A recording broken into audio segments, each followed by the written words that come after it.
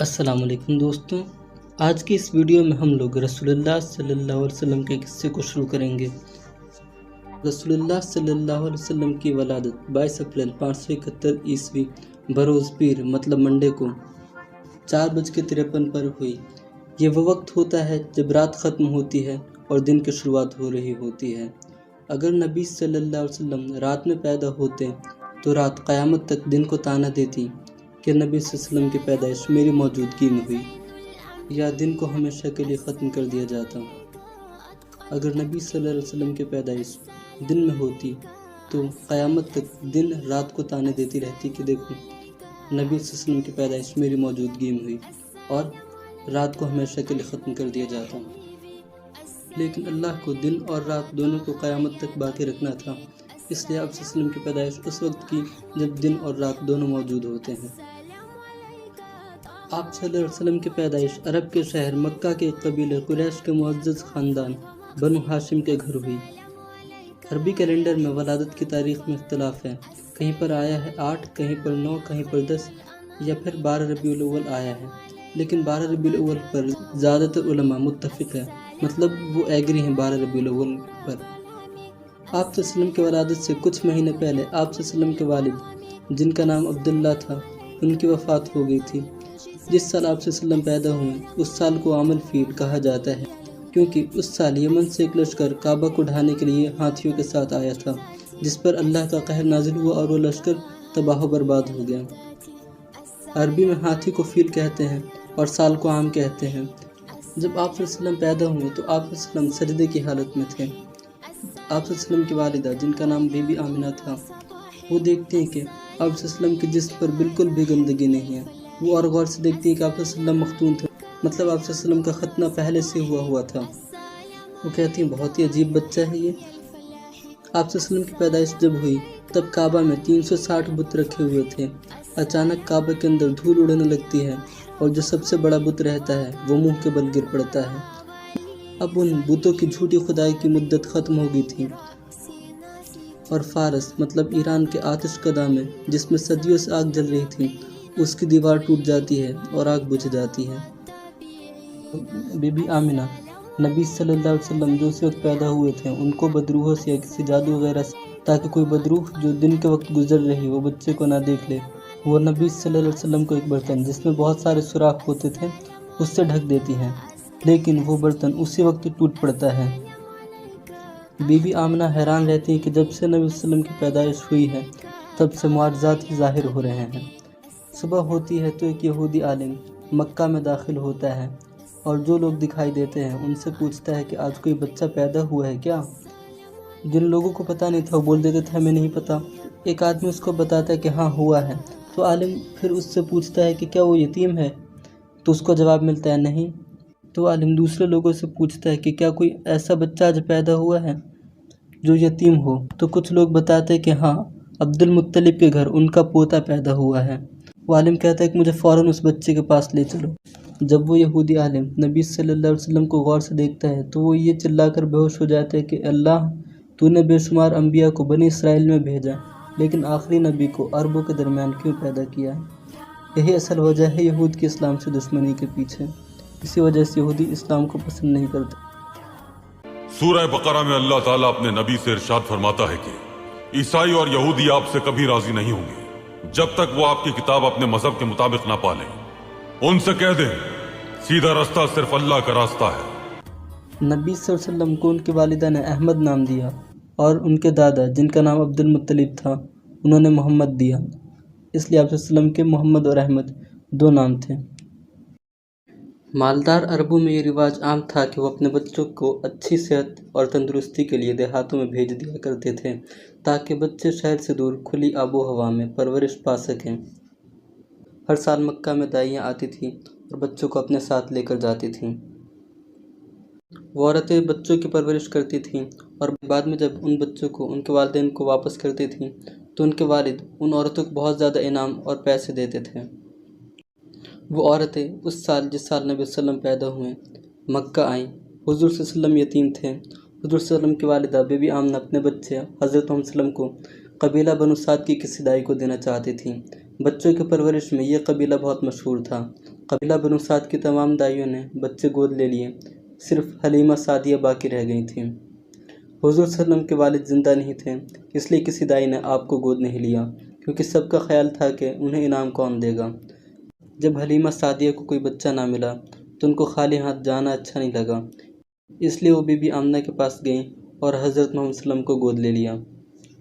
دائی حلیمہ بنو سعدیہ نے آپ صلی اللہ علیہ وسلم کی پرورش کی اور ان کو آپ صلی اللہ علیہ وسلم سے بہت زیادہ لگاؤ ہو گیا تھا۔ جب آپ صلی اللہ علیہ وسلم 4 سال کے ہوتے ہیں تو دائی حلیمہ بنو سعدیہ نے ارادہ کیا کہ وہ آپ صلی اللہ علیہ وسلم کو واپس ان کی والدہ کے حوالے کر دیں، لیکن جب وہ آپ صلی اللہ علیہ وسلم کو لے کر مکہ جاتی ہیں، ان کا دل حضرت صلی اللہ علیہ وسلم کو واپس کرنے کو تو نہیں کر رہا تھا، لیکن وہ جب نبی صلی اللہ علیہ وسلم کو لے کر مکہ جاتی ہیں تو انہیں پتہ چلتا ہے کہ مکہ میں طاعون کی وبا پھیلی ہے، مطلب کوئی بیماری پھیلی اور لوگ بیمار ہو رہے ہیں، تو ان کو بہانہ مل جاتا ہے کہ محمد صلی اللہ علیہ وسلم کو کچھ دن اور اپنے ساتھ رکھیں۔ 1 سال اور وہ محمد صلی اللہ علیہ وسلم کو اپنے ساتھ رکھتی ہیں۔ جب ہمارے پیارے نبی حضرت محمد رسول اللہ صلی اللہ علیہ وسلم کی عمر 5 سال ہوتی ہے، تب دائی حلیمہ بنو سعدیہ آپ صلی اللہ علیہ وسلم کو لے کر مکہ آتی ہیں اور آپ صلی اللہ علیہ وسلم کی والدہ بی بی آمنہ رضی اللہ عنہا کے سپرد کر دیتی ہیں۔ اس وقت تک آپ صلی اللہ علیہ وسلم اپنی ماں اپنی والدہ کے ساتھ رہتے ہیں۔ پھر بی بی آمنہ ایک دن آپ صلی اللہ علیہ وسلم کو لے کر اپنے کچھ رشتہ داروں سے ملوانے کے لیے مدینہ جاتی ہیں۔ جب مدینہ سے آپ صلی اللہ علیہ وسلم اور بی بی آمنہ رضی اللہ عنہا آ رہے تھے، راستے میں ابوا کے مقام پر، یہ ایک گاؤں ہے جو مکہ اور مدینہ کے بیچ میں ہے، بی بی آمنہ رضی اللہ عنہا کی اچانک وفات ہو جاتی ہے۔ پیدا ہونے سے پہلے آپ صلی اللہ علیہ وسلم کے والد کا انتقال ہو چکا تھا۔ آپ صلی اللہ علیہ وسلم بن باپ کے یتیم بچے تھے، اور پھر 6 سال کے ہوئے تو ان کی والدہ کا سایہ بھی ان کے سر کے اوپر سے گزر گیا۔ اس بچے کے دل پر کیا گزری ہوگی جو 6 سال کا تھا اور اپنے شہر سے دور، اپنے گھر سے دور، بن باپ کا یتیم بچہ، اس نے اپنی ماں کو بھی کھو دیا، صرف 6 سال کی عمر تھی۔ آپ صلی اللہ علیہ وسلم تنو تنہا، بے یار و مددگار، ایک صحرا میں، ایک ریگستان میں رہ جاتے ہیں، اور اس وقت صرف ان کی ایک نوکرانی ایمن رضی اللہ عنہا ان کے ساتھ رہتی ہیں۔ وہ آپ صلی اللہ علیہ وسلم کو لے کر مکہ آتی ہیں۔ آپ صلی اللہ علیہ وسلم کے داد عبد المطلب جب آپ صلی اللہ علیہ وسلم کو دیکھتے ہیں تو اپنی یتیم پوتے پر انہیں بہت ترس آتا ہے اور وہ آپ صلی اللہ علیہ وسلم کو گلے لگا لیتے ہیں۔ عبد المطلب نبی صلی اللہ علیہ وسلم سے بہت زیادہ پیار کرتے تھے۔ جب کہیں جاتے تھے تو نبی صلی اللہ علیہ وسلم کو ساتھ میں رکھتے تھے، کوئی بھی کام کرتے، اٹھتے بیٹھتے، ہر وقت نبی صلی اللہ علیہ وسلم کو اپنے ساتھ رکھتے تھے۔ آخر عبد المطلب کے سب سے پیارے بیٹے عبداللہ کی اولاد تھے، اور آپ صلی اللہ علیہ وسلم کے والدین کا انتقال ہو چکا تھا، اس لیے کچھ زیادہ عبد المطلب کا اپنے پوتے سے پیار تھا۔ جب حضور صلی اللہ علیہ وسلم کی عمر 8 سال ہوتی ہے تو آپ صلی اللہ علیہ وسلم کے دادا طلب بھی اس دنیا کو چھوڑ کر چلے جاتے ہیں۔ آپ صلی اللہ علیہ وسلم کو بہت زیادہ دکھ اور صدمہ ہوتا ہے۔ عبد المطلب اپنے آخری وقت میں اپنے سب سے سمجھدار اور ذمہ دار بیٹے ابو طالب کو اپنے پاس بلاتے ہیں اور کہتے ہیں کہ ابو طالب، اب یہ محمد تمہارا بھتیجا تمہاری ذمہ داری ہے، اب تم ہی اس کی پرورش کرو گے۔ پھر دادا کی وفات کے بعد آپ صلی اللہ علیہ وسلم کی پرورش کی ذمہ داری آپ صلی اللہ علیہ وسلم کے چچا ابو طالب کے ہاتھ میں پہنچ جاتی ہے۔ عرب کے لوگ تجارت مطلب بزنس کے لیے ملک شام اور یمن جاتے تھے۔ ایک بار ابو طالب تجارت کے لیے شام جانے کی تیاری کرتے ہیں تو نبی صلی اللہ علیہ وسلم بھی ان کے ساتھ چلنے کے لیے کہتے ہیں۔ ابو طالب نبی صلی اللہ علیہ وسلم سے بہت پیار کرتے تھے، اس لیے آپ صلی اللہ علیہ وسلم کا دل توڑنا انہیں اچھا نہیں لگا اور وہ راضی ہو گئے۔ اس وقت نبی صلی اللہ علیہ وسلم کی عمر 12 سال تھی۔ ابو طالب اپنے کاروا کے ساتھ جا رہے تھے۔ جب وہ کاروا تھک گیا تو اس نے آرام کی غرض سے ایک جگہ پڑاؤ ڈال دیا۔ اسی جگہ ایک عیسائی راہب مطلب کرسچن پریسٹ کا گھر تھا۔ اس راہب کو احساس ہو گیا کہ اس کاروا میں کوئی ایسا شخص ہے جو آنے والے وقت کا نبی ہے۔ تقریباً 600 سال سے عیسائیوں نے اور یہودیوں نے آخری نبی کا انتظار کیا تھا، اور آخری نبی کا احساس اس راہب کو ہو جاتا ہے۔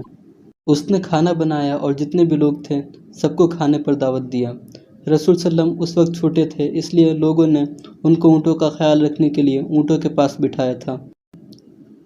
جب سب لوگ کھانے پر جمع ہو گئے تو عیسائی راہب جس کا نام بحیرہ تھا، اس نے سب کے شکلوں کو غور سے دیکھا۔ پھر اس نے لوگوں سے پوچھا کہ کیا کوئی اور شخص تمہارے ساتھ آیا ہے جو دعوت پر نہیں آیا؟ لوگوں نے جواب دیا، ہاں، وہ ایک 12 سال کا لڑکا ہے جس کو ہم نے اونٹوں کے پاس بٹھایا ہے۔ بحیرہ کہتا ہے کہ فوراً اس کو بلا کر لاؤ۔ جب رسول صلی اللہ علیہ وسلم آتے ہیں تو درخت کی شاخیں آپ صلی اللہ علیہ وسلم پر سایہ کر دیتی ہیں۔ بحیرہ نے آپ صلی اللہ علیہ وسلم کو غور سے دیکھا، پھر اس نے پیچھے سے آپ صلی اللہ علیہ وسلم کا کرتا اٹھا کر دیکھا تو اسے نشان نبوت دکھائی دی۔ اس نے لوگوں سے پوچھا کہ لڑکا کون ہے؟ ابو طالب وہیں پر بیٹھے ہوئے تھے، انہوں نے بولا کہ یہ میرا بیٹا ہے۔ پھر بحیرہ کہتا ہے کہ نہیں، میرا علم کہتا ہے کہ اس لڑکے کی باپ کی وفات ہو گئی ہے، سچ بولو کیا رشتہ ہے تمہارے اس لڑکے کے ساتھ؟ تو ابو طالب بتاتے ہیں کہ میرا بھتیجا ہے۔ بحیرہ بولتا ہے کہ یہ لڑکا آنے والے وقت کا نبی ہے، جب آپ اس کو ملک شام لے جائیں گے تو وہاں پر یہودی آپ کے بھتیجے کو مار سکتے ہیں، کیونکہ وہ صدیوں سے آخری نبی کا انتظار کر رہے ہیں، آپ اس کو واپس مکہ بھیج دیجئے۔ راستے سے ہی نبی صلی اللہ علیہ وسلم کو واپس مکہ آنا پڑتا ہے۔ زمانے میں حضور صلی اللہ علیہ وسلم پیدا ہوئے تھے، اس وقت عرب تاریکی میں ڈوبا ہوا تھا۔